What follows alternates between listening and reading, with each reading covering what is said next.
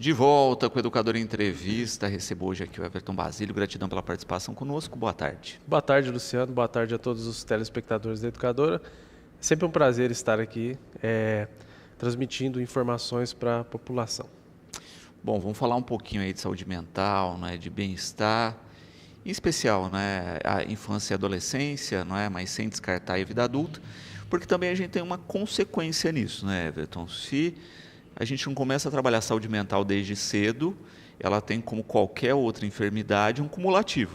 Sim, nós necessitamos de prevenir, né, para depois, se possível, depois tratar. Então, assim, a saúde mental ela é um equilíbrio entre a harmonia entre as emoções, entre as ações, e estando tudo em completo eixo, a engrenagem vai rodar da melhor maneira. Então, assim, prevenindo esses acontecimentos, algumas situações na infância e adolescência, nós conseguimos nos tornarmos um adulto melhor, com uma saúde mental, com equilíbrio, né, que a gente fala corpo e mente, né, trabalhando juntos. Então, necessitamos aí trabalhar a saúde mental principalmente na infância e adolescente. Pegar a raiz da situação com prevenções ali para a gente ter frutos aí bons. Uhum. E também a gente tem a questão que muitas vezes a gente fala do ciclo, não é? Uma estrutura familiar que não trabalha bem ou até complica uma questão de saúde mental, não é? E que isso é repassado de geração em geração. Sim. O ambiente ele pode afetar situações, por exemplo, genéticas, né? Eu posso nascer uma criança propensa a algo, e aí, com o meu ambiente familiar, a minha estrutura familiar, seja boa ou seja ruim, ela pode modificar situações aí genéticas que eu tenha vivido. Por exemplo, eu nasci uma pessoa que eu não sou propensa a ser agressiva. Se eu sou criado numa situação familiar de agressividade, ou eu vou ficar com fatores aí traumáticos, tá? Perante ao que eu estou vivendo, gerar aí diversos transtornos, ou eu posso reproduzir no outro, seja em situação escolar ou em outras situações sociais. Então, a gente precisa ter uma boa base aí familiar, convivência familiar, um bom ambiente para que essa criança conviva bem no futuro. Perfeito.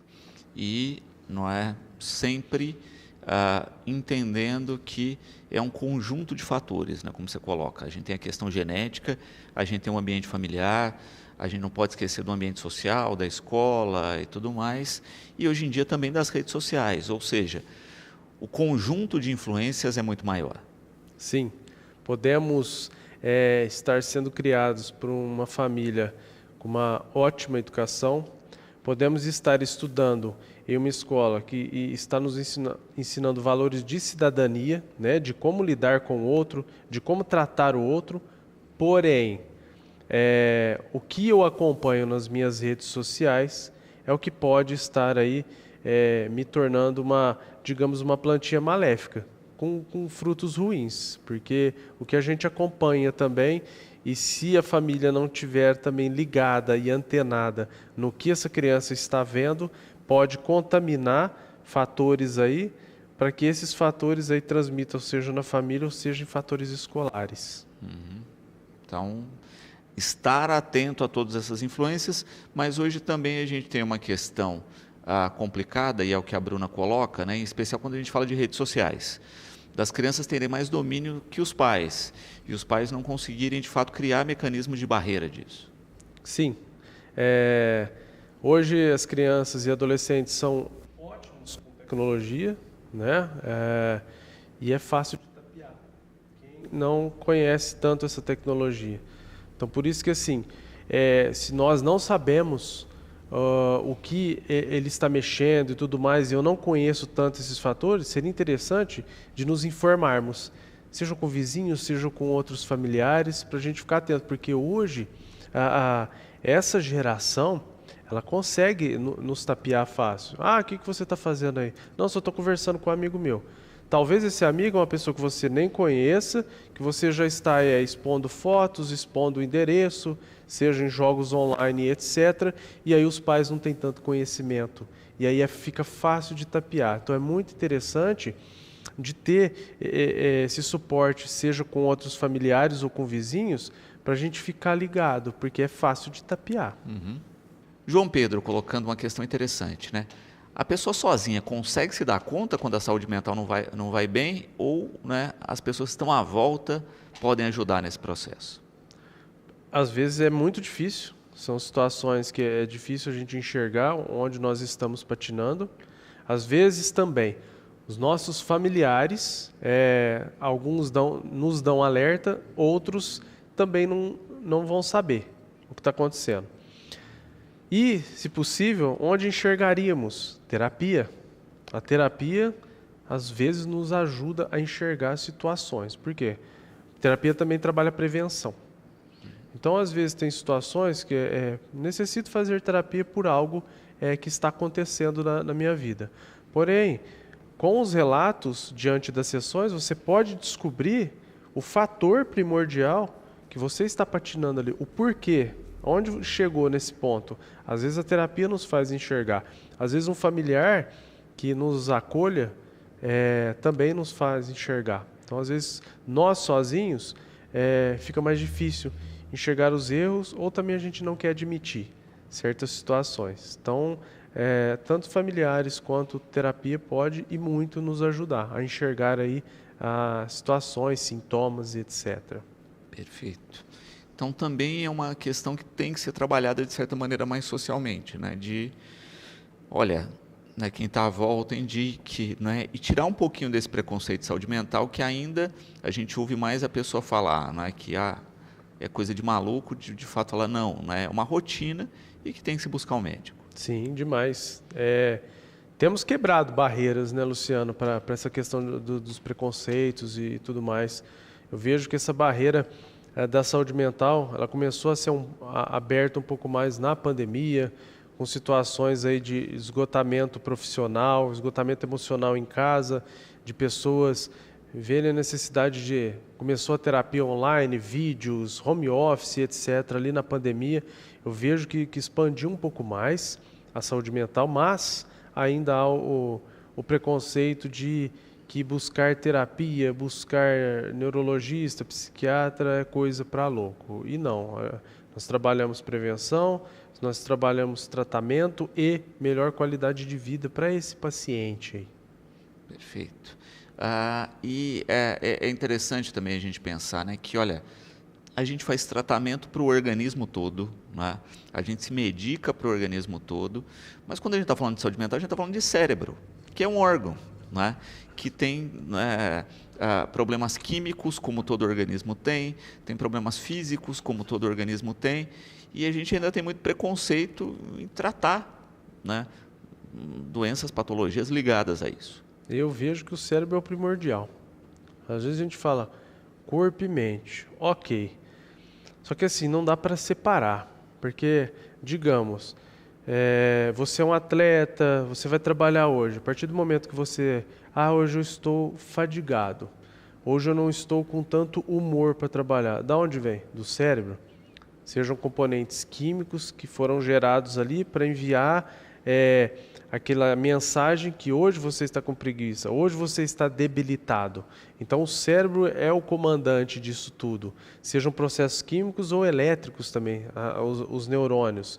Então assim, é importante cuidar do cérebro, é importante para o cérebro transformar o nosso corpo todo saudável. Há pessoas, por exemplo, que sofrem com crises de ansiedade, que aparecem manchas no corpo, manchas avermelhadas, seja no rosto, seja no corpo. Parece que a pessoa apanhou, que ela foi agredida. Só que foram sintomas ansiosos, parte lá cerebral que enviou a mensagem e o corpo vai transmitindo a doença, os transtornos. Então, tudo que não está legal no cérebro, o corpo acaba transformando em doença. Então, é necessário, sim, cuidar do cérebro, cuidar da mente. Uhum. E quando a gente fala, né, extremamente nessa questão do bem-estar, né, ele está conectado com saúde mental. Né? Você pode estar com o físico mais perfeito do mundo, se a saúde mental não está ok, o bem-estar não chega, correto? Correto, correto. Precisa estar alinhado. Às vezes, esses atletas de alta performance, que às vezes emocionalmente ele não está legal. Ele não está conseguindo, por exemplo, vamos levar para o lado do futebol. Ele está com um físico 100%, fisiologista lhe acompanhando, nutricionista, físio e etc. Porém, a mente não está sendo trabalhada, esse cérebro não está sendo trabalhado, ele não vai performar bem dentro de campo ou dentro de quadra. Então, assim, por que não está performando bem se o corpo está 100%? Novamente, o cérebro. E hoje, a maioria dos clubes, seja futebol, seja outras modalidades do esporte, tem inserido o psicólogo dentro da instituição e tem inserido mecanismos tecnológicos para identificar no cérebro do atleta o que está performando ali, o que não está, para já tratar essa situação, seja com terapia e seja com inteligência artificial, por exemplo, para ele performar bem quando ele for atuar. Então, assim, corpo e mente aí andando junto novamente. Uhum.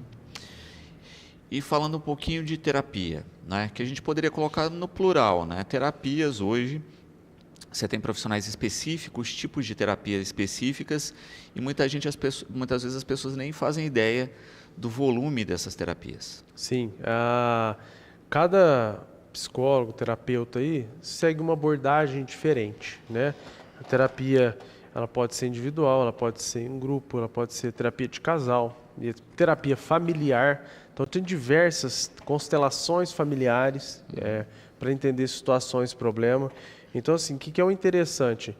O que esse paciente me trouxe, a queixa que ele me trouxe, se aquele tipo de terapia é viável para ele. Então, é interessante, por exemplo, vou procurar um psicólogo. Qual que é a minha queixa hoje? X. Pesquise, porque há abordagens diferentes. Porque, às vezes, eu fui no psicólogo, fiquei um mês, não gostei e saí. Você não gostou dele ou é a abordagem que esse psicólogo trabalha? Porque há diferença nisso. Por exemplo, tem psicanálise que trabalha situações relacionadas lá da infância, né? A gente fala de Freud aí. Tem a terapia cognitivo-comportamental, que ela vai trabalhar o aqui e agora. Ela vai trabalhar os problemas que estão acontecendo agora com você, vai tentar modificar essas situações para você ter uma melhor qualidade de vida. Tem casos que, sozinho... eu creio que você, por exemplo, briga de casal, desentendimentos. Eu creio que a gente necessite fazer uma terapia de casal ou uma terapia familiar. Então, dependendo da situação, há tipos de terapia para esse paciente se encaixar e ter uma melhor qualidade de vida aí. E aí, importantíssimo essa questão pontual aí que a gente falava, de entender a sua questão e aí procurar o atendimento correto, né? Normalmente a gente fala, né, na medicina do clínico geral, né? A gente passa pelo clínico geral e depois pelo específico. Com saúde mental a gente também pode agir assim. Isso, dessa maneira. Vou dar um exemplo aqui. Meu filho em casa é agitado, é desatento, não está conseguindo acompanhar os conteúdos pedagógicos na escola, anda mais agressivo e tudo mais. Há situações também que a gente pode procurar terapia, há situações que a gente pode procurar avaliação neuropsicológica, que são testes aplicados neste paciente para descobrir se esse paciente, por exemplo, pode ter um possível transtorno de déficit de atenção e hiperatividade, um TDAH, pode ser fatores na aprendizagem, pode ser fatores na inteligência. Então, assim, tem avaliação neuropsicológica aliada à terapia, Luciano. Então, são fatores, assim, primordiais. Então, igual tem o clínico geral, nós temos especificidades para procurar também ajuda. Então, e todas elas, de uma melhor forma, vão nos ajudar aí. Perfeito. Pedro aqui, não é, também colocando isso, diferente, não é, de outras enfermidades, que você vai lá, faz um exame de sangue, etc., né, com a saúde mental não, né? Então, algumas coisas vai levar um tempo maior para se ter um diagnóstico, correto? Correto. Aí, nós vamos construir esse diagnóstico, seja com o neurologista ou psiquiatra, seja com uma avaliação neuropsicológica, baseada em testes e escalas para avaliar, seja atenção, memória, inteligência, habilidades escolares, fatores cognitivos, ansiosos, depressivos, autismo e etc. Então, feito isso, é elaborado um laudo. Esse laudo volta para o médico que está te acompanhando, o neurologista, para juntos elaborar uma hipótese diagnóstica para uma melhor qualidade de vida. Então, nós vamos construindo aí, com outros profissionais, um melhor diagnóstico. Ana Júlia também colocando, né? A gente estava falando dessa questão, né, de diagnóstico, de evolução, e ela coloca isso, né? Quando se fala em saúde mental, em especial na questão dos tratamentos, a gente tem dois lados como em qualquer enfermidade. Aquelas questões que têm cura, vamos colocar assim, entre aspas, e as questões que são contínuas, ou seja, eu tenho aí um preventivo, né, para a vida toda. E muitas vezes essa parte não fica clara para as pessoas, né? Elas vão lá, se sentem bem por um tempo, param com o tratamento. Isso é mais comum do que se imagina. Sim, tem transtornos que são para a vida toda, tá? Que a gente leva para a vida toda. Então, vamos falar fatores aí depressivos. Tem casos de depressão aguda que necessita entrar com uma medicação mais pesada, necessita entrar com terapia. E aí o que acontece? Depois de um certo tempo, esse paciente ele melhora, sai da fase aguda e a gente continua na fase crônica, para a vida toda. Aí ele para com a medicação, ele para com a terapia que ele melhorou. Acontece algum fator estressante na vida que vai desencadear de novo esse fator crônico que ele tem, depressivo, e de novo ele vai entrar no fundo do poço novamente. E aí, se recomeçar com a medicação, recomeçar com a terapia, vai demorar um pouco mais para lhe ajudar. Porque tem pessoas que quer cortar tudo de uma vez, e não pode. Às vezes, você vai cortar a medicação aos poucos para te desmamar dela, continua fazendo a terapia, e o terapeuta vai ver se é possível lhe dar alta daqui quanto tempo, ou fazer sessões quinzenais com a sua melhora. Só que assim, tô bom, tchau, não vou tomar mais. É muito comum, qualquer tipo de transtorno, o paciente achar que teve uma melhora ali brusca e encerrar com medicações e tratamentos. Perfeito. Por isso essa importância, né? Ter sempre atenção, e quem está à volta também, não é? Eu acho que é importante nisso, para incentivar, para apoiar e para se ter até uma base do próprio terapeuta ou do médico em caso de interrupção, né? Essas pessoas, em tese, teriam que ser comunicadas. Sim, apoio familiar é muito importante. A pessoa não é sozinha, tem que ter... Porque a saúde mental é estar em boa convivência consigo mesmo e com os outros, tá? Então tem fatores que, se eu convivo bem em casa, apesar de, tá?